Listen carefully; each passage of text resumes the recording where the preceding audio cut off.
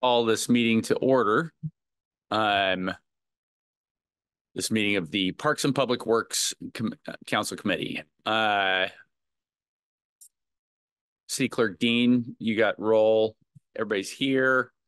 First thing on our list is agenda approval. Did anybody have any additions, subtractions, problems, thoughts on the agenda? I'd like to make a motion to approve the agenda. Second. All right. It's approved. It's good enough for me. Then the next thing is public comment. I don't see anyone in council chambers. Is there anybody online? Andy, is there anyone online? Can't tell. Everybody's missing this? Okay. Well, then we'll move on to approval of the minutes dated February 21st, 2024. Was everybody happy with the minutes? So happy that I'd like to make a motion to approve the minutes dated February 21st. They were well-written minutes, weren't they? Second. All right. Going from minutes to seconds. All right. Well, the minutes are approved. Agenda Bill 24028, residential sewer connection. This is exciting. Who's talking to us about this one? I guess it's just us. Maybe Mr. Hamlin is just joining. Okay. Well, as soon as Mr. Hamlin gets here, he can talk to us about the residential sewer connection, Agenda Bill 24028. Absolutely. So, poor Patrick just had a heart attack. I apologize. I had my head down working and I looked up and noticed I had 5 minutes to get here. So as I don't know if you guys know this, but we have to, whenever we have somebody who's outside of the city wants to connect to our sewer system, it's in our code that we bring that to you and essentially get your concurrence with it. Now, for any of these connections, these are residential connections, we charge them a fee, a connection fee, general facility charge, which is in the range of about $17,000, $18,000. And forever we have a customer, right? I don't know why we need to have these, why we have to bring these to you, except that it's in the code. And it's something that maybe, it's something we should encourage. We have a duty to serve any resident who is within a certain distance of our system. They are encouraged to connect because right now they're on septic. That's not really a good for the environment. It creates problems, right? It discharges generally high levels of E. coli into the groundwater, which makes its way. It causes eutrophication in waterways and in wetlands. It's a bad situation. Say that. Could you say that word again? Eutrophication. So it's nutrients, right? So when you're adding nutrients from a septic system. Did you say nutrification? Yeah, well, eutrophication. There was no N. Okay, all right. Yeah, that's right. And you see it a lot especially in basins. So small lakes and ponds where you have houses around them and they're all on septic.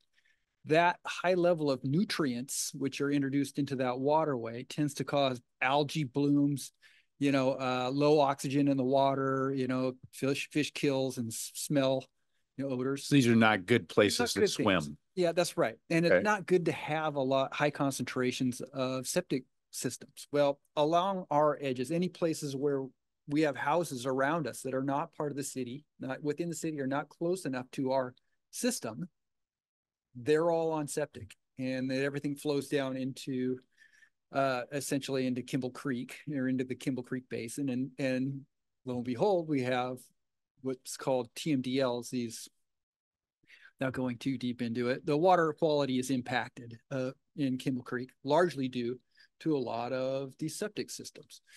So one of the things I would say here, I'm asking for permission to add the Hatfields to this new development. Their sewer systems fail, and this happens, and so they look at how much it costs to redo their septic drain fields, and it's expensive. Typically, it's about the same amount of same cost, or maybe a little bit more nowadays, to replace and redo their septic system as it is to connect to our system. So we're getting a lot more requests these days for people to connect. It's a good thing, and we think we should encourage it as much as possible. It brings more revenue into our system, and it gets those people off of septic, and it's generally for the good. Well, I had two questions. So since they're with what you were describing as the eutrophication, since they're in the floodplain down there too, is that something where the plan is to get everybody onto the sewer system? Is that something? Ideally, it would be nice, but it doesn't pencil out for us to do. I mean, from a strictly financial standpoint. Okay. If there is a sufficient concentration of residences or buildings that could connect, that would pay essentially the freight to construct a sewer line out there to collect all of those systems, then it's worth doing. Yeah. But generally, it's never going to cost. It's never going to pay for it. And with putting the line out to the Hatfields, or I don't know if there's anybody around them that already has it in place, but does that go hand in hand, like kind of with heard about the sidewalk project and stuff? Do those have to be in tandem with digging up like those kinds of things? Well, if it's outside the city limits, we can't force them to do it. Okay. Right. If it's within the city limits, I believe that we can mandate it. But there are several folks who live within the city limits who are on septic. Not that many anymore. I think we're less than 16 individual houses or buildings within the city limits that are still on septic. We have just kind of wait those folks out because eventually those septic systems are going to fail and they're going to come to us to ask to connect. And I don't know, I'm not sure what the mandate is. I don't know that we can completely mandate it. So I'd have to check on that one, actually. Yeah, check with King County. King County had a push to try to get rid of the septic systems too. Yeah, right. And it's a good thing to get them off septic, especially because the Snoqualmie, upper Snoqualmie and Kimball Creek are so heavily impacted by the septic systems up on that hill. So I guess one of the things I would like to do is maybe look at changing the code so that we don't have to bring each and every one of these, because there's going to be more and more of them. And I don't know that it's really necessary unless you want to. If you want me to bring every one of these applications to you guys for concurrence, I can continue to do it. But well, Mr. Fry was actually talking about the upcoming improvements to 384, and that the plan is to prepare the hookups in the event that that homes decide that they want to get on the septic system, to reduce the cost to them and to make and that it's a minimal expenditure for us to prep it that way. Would you concur that the cost to running those connections, at least to their property line so that they're ready for them, is a minimal cost when we're going through a big project like the improvement that's planned on 384th? It's minimal cost for us to leave a connection, a stub out connection for them to connect to. Now, to run a line down the middle of a street that's not within the city limits, if it's in the King County proper, so outside of our city limits, if we were to run a line down their street to connect to a whole bunch of folks, we not only have to pay for the trenching and the building of that sewer line, but we also have to pay for essentially repaving that entire street, because that's what King County requires. And so the costs get astronomical. So what we would typically do when we have an applicant who wants to connect, if it's a whole group of applicants that want to connect and they say, yes, we'd like to do this, we can share the cost with them. Or typically they have to bear most of the cost, but we can put a cost sharing agreement or a latecomer agreement together for them so that anybody else who wishes to connect will actually pay into the latecomer agreement to essentially pay those guys back for them installing that line. So, it's up to, it's kind of, there's not a penalty so much for being the first if there's a second, third, fourth, and fifth, because the second, third, fourth, and fifth will be defraying your costs and paying you back for having gotten that. Right. So if you have sufficient development density, right, of housing or potential people who would like to connect. If there's, potential, if there's significant development there, then it could eventually pay it back for the folks who do the initial development. Okay, so what's the project? The project that that Mr. Fry was talking about on 384th. What brought that about then? So a couple things. One is that at the very end of that line is the casino. And so the casino is upsizing while they're building their hotel. So they are increasing the amount of flows which are coming down off the casino. We had in that line a bit of a sag, kind of a reverse pitched portion of that pipe. Plus it was a little bit old. So it was all built in peat, and we had, what we were getting is surcharging in that line. So as it goes through the kitchen or the manholes, it was not flowing sufficiently well. So it was backing up in the manholes. And we allow up to a foot of surcharge, I think. And we were getting greater than that. Luckily, the casino, the way they operate, they filter all of the water that they pull all their water from their own well, and they save it in tanks and they filter it. And then they back flush their filters every night. So they send a pretty good flush of water down there, which kept those lines clear. But, with that flat of a line, if we didn't have that operation going, we would start getting deposition. So when I say deposition, I mean solids get That just stuck in the line. Yeah, they settle in the line, and then it becomes a problem. So with the hotel, we're going to be getting lots more solids. We're going to be probably not getting these flushing flows. I've eaten there. Yeah. Yeah. Right. So we anticipated perhaps a significant problem. So with the casino's development fees, it was agreed to that we were going to fix that line so that it would be, in full compliance with our surcharge requirements. Now, does that project doesn't entitle the tribe to monies from anybody who ties into the sewer line, does it? I think there is a latecomer agreement on that line. Yeah. Oh, there is. So the folks that tie in now, part of that will be will pay back the tribe for that. That's correct. Okay. Yeah. Okay. And then did you guys have any other questions on this one? Well, the only one you said it will this connection will require surcharge. No, this connection won't.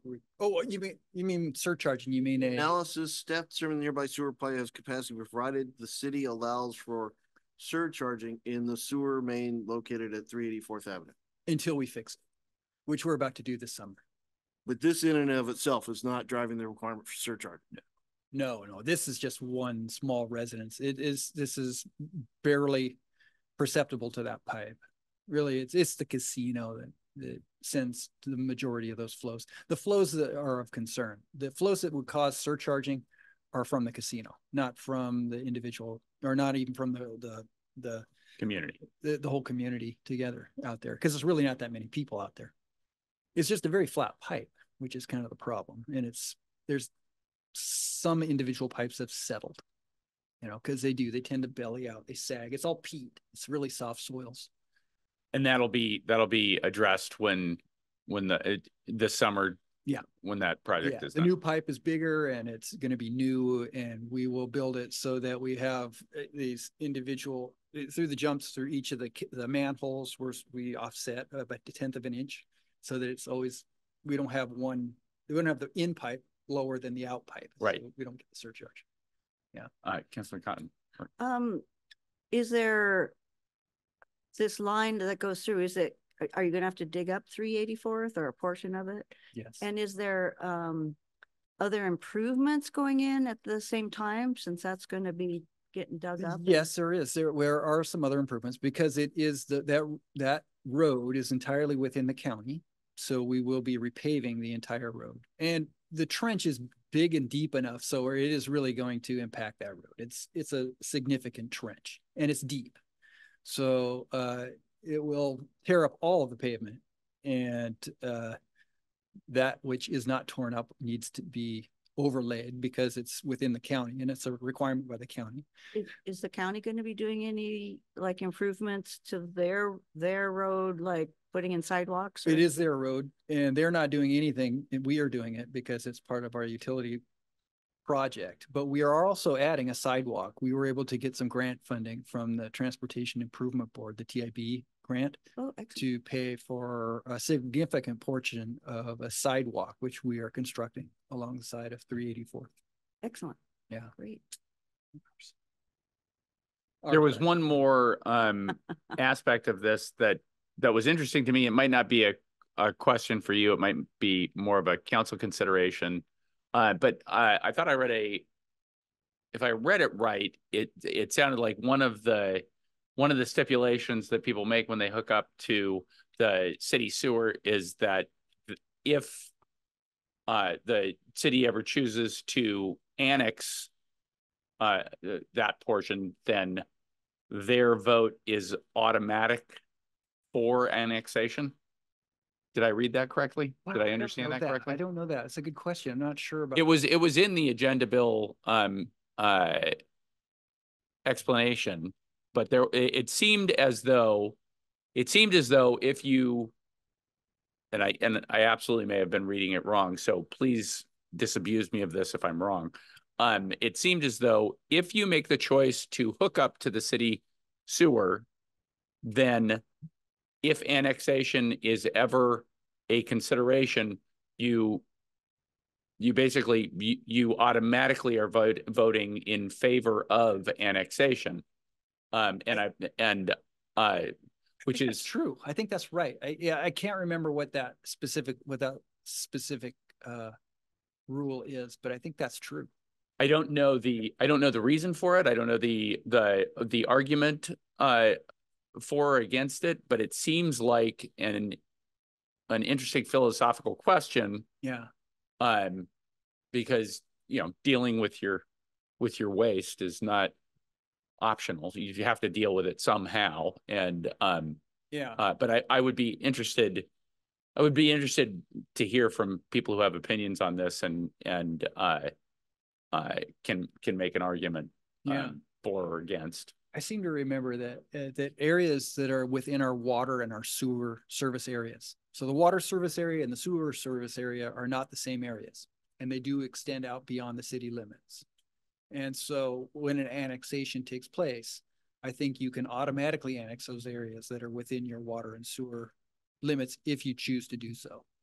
But so that's just a right of the city. I think so. And I can't remember how that exactly works. So I'd have to chase that down and find out what that law really is. But it sounds like in a situation like this, you could have people who are hooked up and people who are not.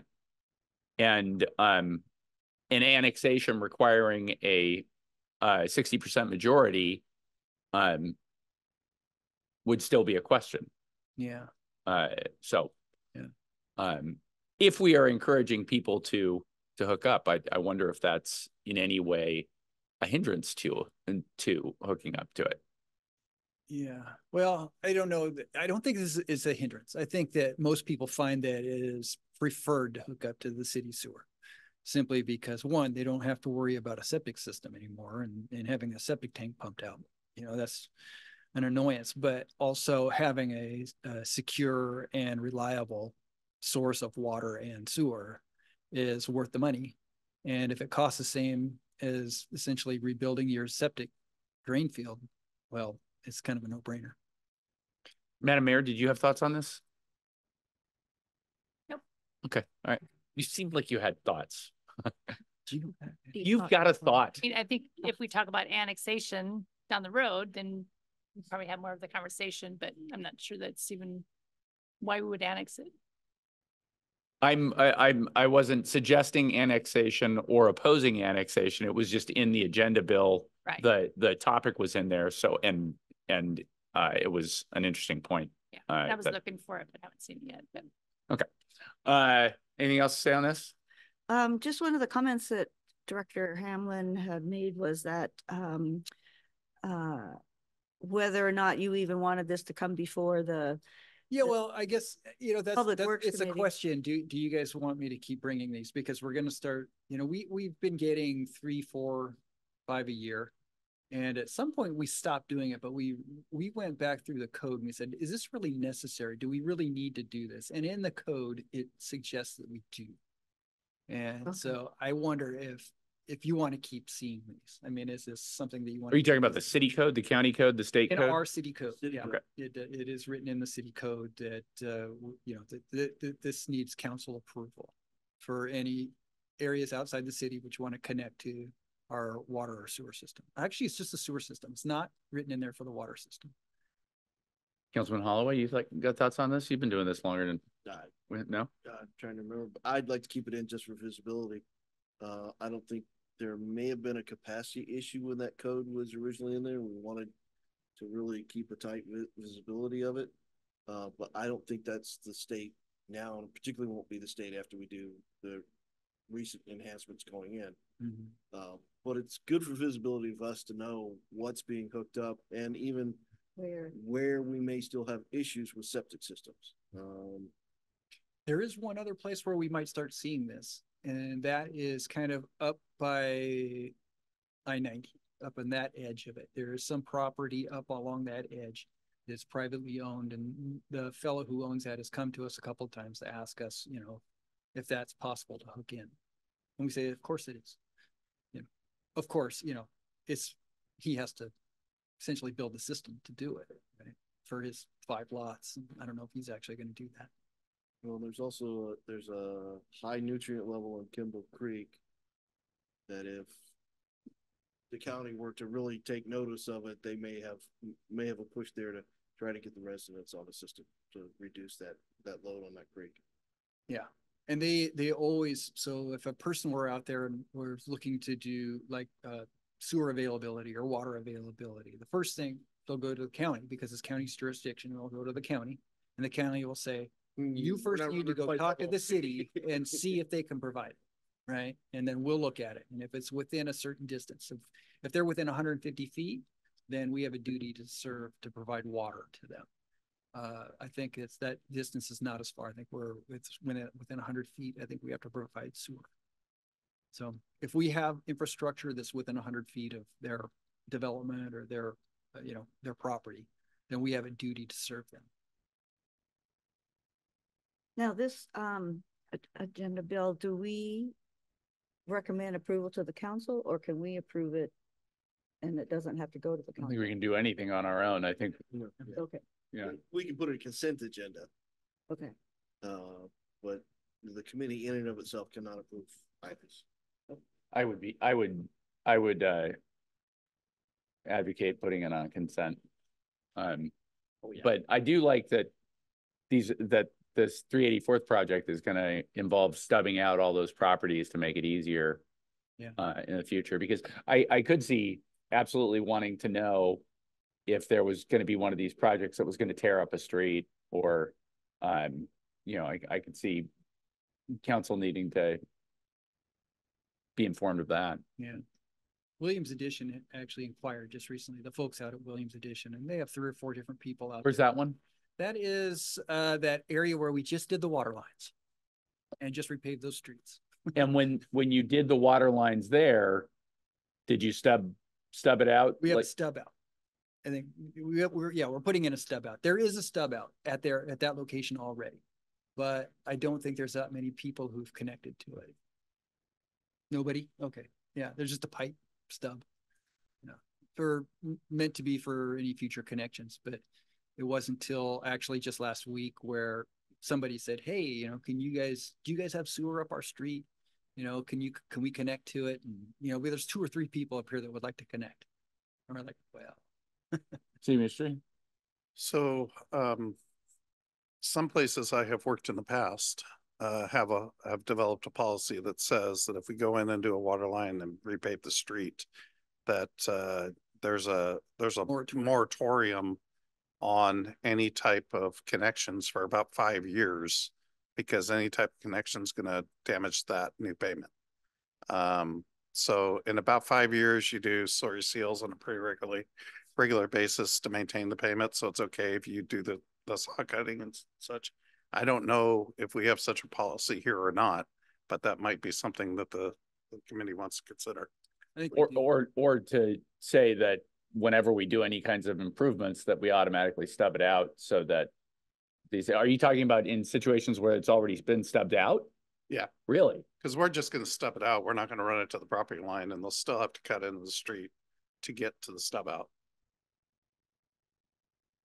And I thought the stub out went to the property line. oh, you're running all the way across? Okay. I think I've it just runs across the street and yeah, and it terminates in the street. Mr. Fry, you want to come up and help us out here? I don't know what we're doing on this particular project, but So Pat's our project manager on 384th. Yeah, on 384th, the sewer line is going to be on the west side of the road. So it's going to be close to the shoulder. So we're just going to bump it out the property line because that's only a few extra feet. And then that way they don't have to cut into the roadway at all. The east side of the road is City of Snoqualmie. Those residences have to be connected to the sewer already. So where they would have to trench across, it's a moot point because it's already done. The sidewalk going in is on the east or west? East side. Right. Else? Thank you. And people be very happy about that sidewalk. And then also back to your previous question, about $8,000 of this is latecomer fees and is going to the tribe as a result of this connection. So there are latecomer fees involved too. I assume was the stuff we did over by Correct. St. Joe's. All right. Anything else on this one? We're agreed consent? Oh, yeah. Okay, we'll put that one on consent. Thank you. What's our next daily? I think there was another agenda bill, wasn't there? Yeah, another agenda bill. Yep. Are you doing the agenda bill? Yeah. Okay. Yep. It's a straightforward one. If you want to, can you share? do you need Jeanette promoted to talk? No, this is for the janitorial contract. Oh, okay. That's right.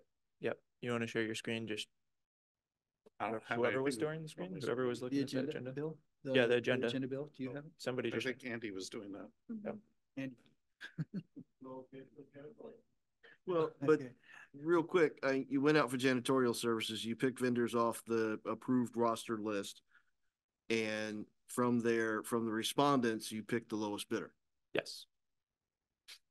Spot on. Approved Yep. consent. Well said, Patrick. Yeah.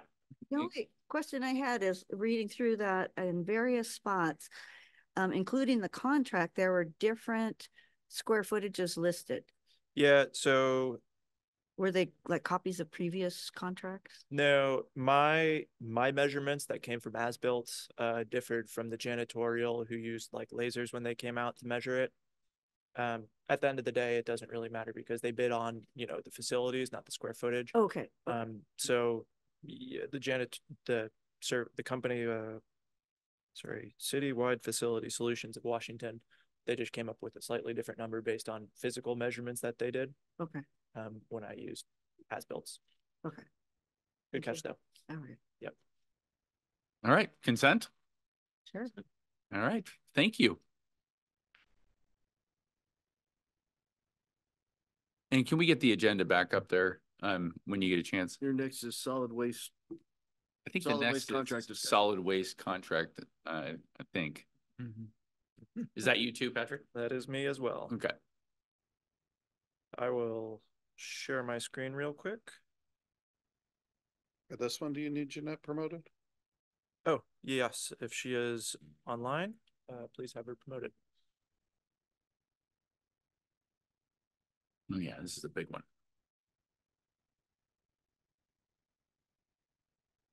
All right. So evening, tonight we're just gonna do a quick update on the solid waste collection contract. And on the line I have Jeanette Jurgensen. She's our consultant. So with any specific question, she'll probably be able to answer it. But really tonight I'm hoping to not dive into the weeds again.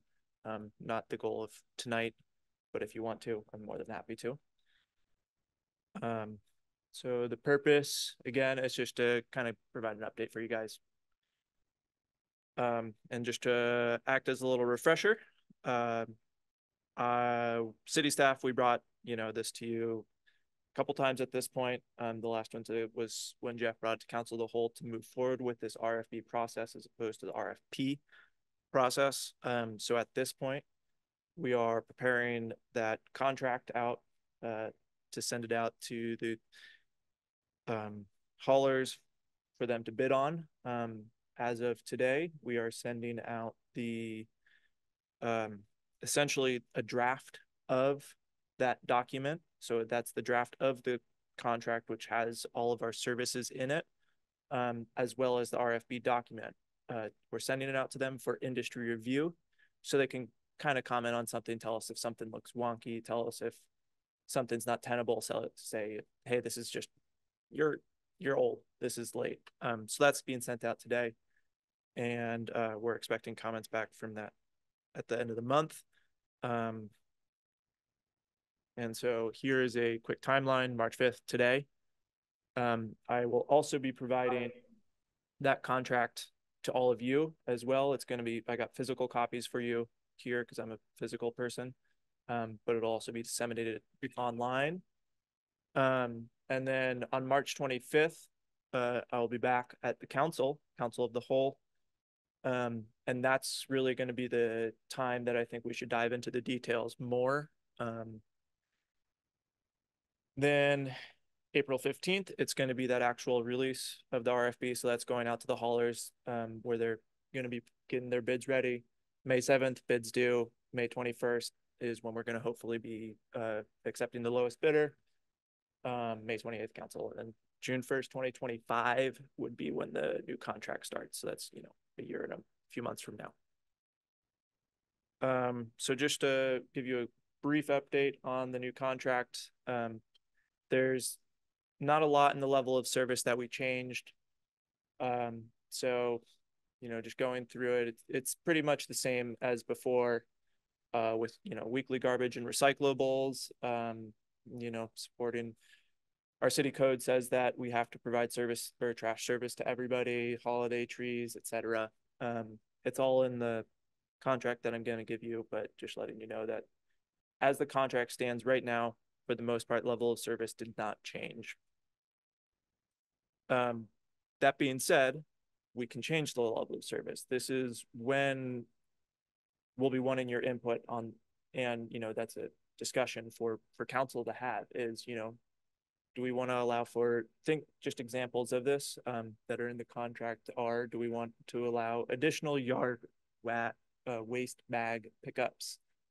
Do we want waste management to continue to attend at least 2 community events with their booze?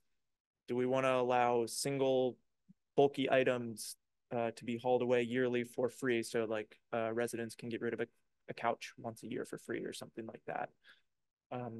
Of which, just for your information, 21 items, 21 of those bulky items were used this year throughout all of Snoqualmie.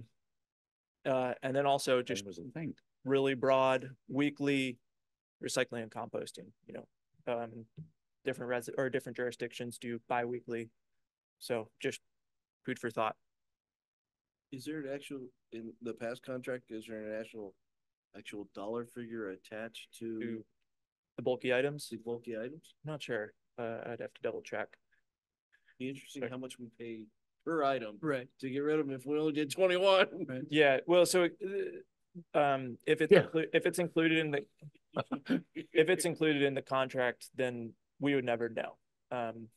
Right, so, but I think what he's saying is if everybody's paying $5 a month for that, right, then those are incredibly expensive bulky items to move. And what I'm saying is we won't know that it's $5 a month because it's just lumped into the cost. It's like how you don't know what your compost costs you because it's lumped into the cost with everything else. Right. Yeah. But you require it as part of the bid. Yeah, you can probably figure it out. They have it listed. Go down if we take it off. Yeah. Yeah. And so what we do want to limit the amount of items that we're requesting for what actually costs. So like we can request in the bid that, what would biweekly recycling cost? Biweekly composting. What we don't want to do is request what biweekly pricing for recycling, composting, what additional yard waste bags, la di da. Like we don't want to request what each individual item costs and then lump it together. The haulers aren't going to like that because it starts to get complicated, and then we can't really cherry pick from a menu. But can we give them a list of scenarios, 3 or 4 scenarios? Yeah. Yeah, we can do that. We can, request certain items, high ticket items that we want to, delve on further. Okay. Yep. So anyways, council, what I want you guys to do is really just over the next month, look at this contract, think about what you want your level of service to be, and come back on March 25th with essentially a discussion with your other council members. And if you have any, questions, clarifications, want more detail, I'm always available on my phone or email. But if you want to, talk level of service and what should be done, I think at the end of the day, the level of service, it should be coming from council and not me. And that's it. All right. Anybody have any questions? All right. Thank you. That was good. He headed me off the pass. All right. You want to make it late? You can still do it. Well, no, it's just the bi-weekly on recycling. I think we should be encouraging recycling. So I'm a little reluctant to go to bi-weekly on that. On the yard waste compostable, is there any data to support? My opinion is, maybe it's just my yard keeping, that yard waste requirements go down during the winter, come back up in spring through summer. So making it more seasonal. Mm-hmm. And would that have any effect, or is that even worth asking? But you guys tell me if not just my opinion, but does this data actually support that kind of look at that thing? Yeah, I think that's actually a really good idea, because I'll remind you that we're anticipating, if the level of service stays the same, we're expecting a fairly significant increase, like 50% increase in costs. And so if we want to cushion that blow a little bit, it behooves us to look for ways to reduce our fees. So one of the ways to do that, and I think you're correct about yard waste, is one where every other week might actually be more appropriate. And then halting service during the winter months. I know I do that at my house, from about November till March, we just shut it off, right? And we don't pay a fee. And they allow you to do that. But that's over in Fall City. So it's a different organization. That's rather fun. Is that your data, or is that Jeanette sharing? No, this is my data I'm sharing. Answer your question right on the spot. If you put on your binoculars, then data will set us free. No, I'm really think you got data. Yeah. So let's just look at 23 to make it simple. January tonnage of organics was 135, when in May it was 350. So you're spot on that, in those else, dude. So it's a factor of 1. I guess I wouldn't cut off service. It may do effect. Reduce weekly for the winter months and summer months. Right. I'm curious, Councilman Holloway, why is it that you're wanting to encourage recycling? That's the kind of guy he is. Huh? Because recycling's a good thing. Oh, okay, all right. I also believe the more we can shift away from garbage, the less tipping fees we're going. So the more we can encourage recycling, it helps in the role. Right? That's correct. I think I'd like Jeanette. She has the most recent data on this thing, but I believe that it's costs less.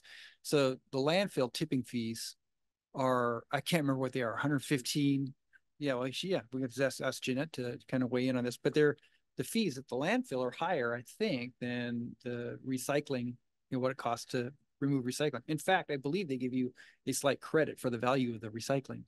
So is that still happening? The reason I was asking the question is that I had heard we were no longer getting buyers for the recycling and that was ending up in a landfill anyway. I think there's a certain amount of truth to that. I think just Jeanette.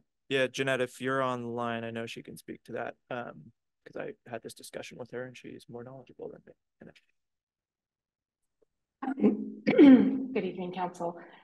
Currently, there is requirements in your contract for the recycling to be recycled. So there is no landfilling of your recyclables at this time. And you are correct that the value of the commodities that are sold go into putting the contract price together. There is a cost for collection and processing, but that collection and processing cost is less than landfilling material. So then if we're putting recyclables in our recycling container, then they are being recycled. They're not ending up in a landfill somewhere. Correct. I know the plastic bottles eventually end up in the Pacific Ocean, but our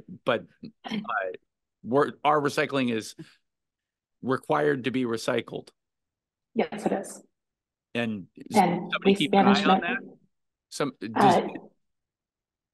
I believe Waste Management in their annual report do provide information about some of their markets, and they do you guarantee that that material is being recycled. Okay, thank you. Anybody else? I know we didn't want to get into a deep dive. It seems like we're incapable of not diving to some depth, but we all good on this one? Thank you for that. I'm looking forward to this. I think this is gonna be really interesting and really important. So thank you for your help, Patrick. Oh, Madam Mayor. So do you have guidance then to do, like, I guess the compost every 2 weeks, or is that what you were thinking? Or So what we were talking about was seeing options. Yeah, I'll discuss with Jeanette if that's even a thing that can happen. Or every 2 weeks in the winter and every week in the summer when you get the heavy load. So but take a look at the loads and. I think we oh, I'm sorry. I was gonna say, before this contract, we used to do that.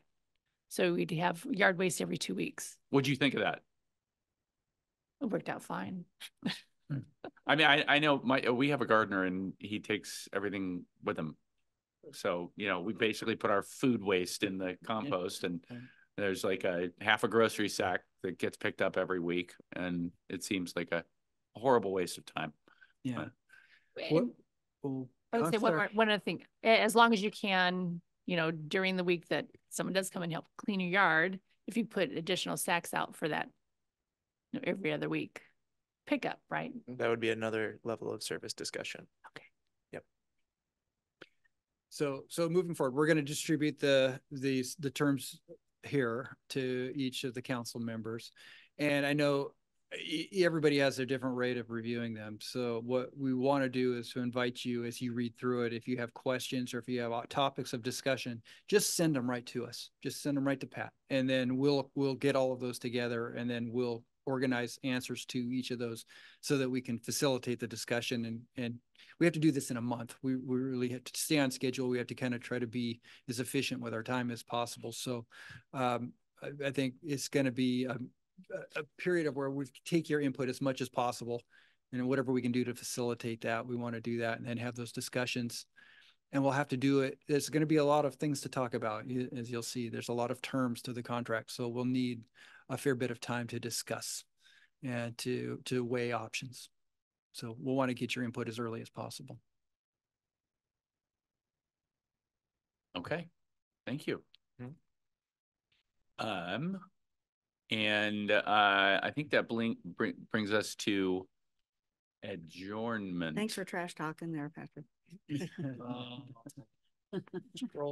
Thank you very much. Wow.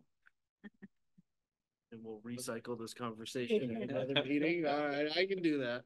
All right, I think that brings us to the end of the agenda. I'll entertain a motion to adjourn unless somebody has something else. So move. Is there a second? You can second.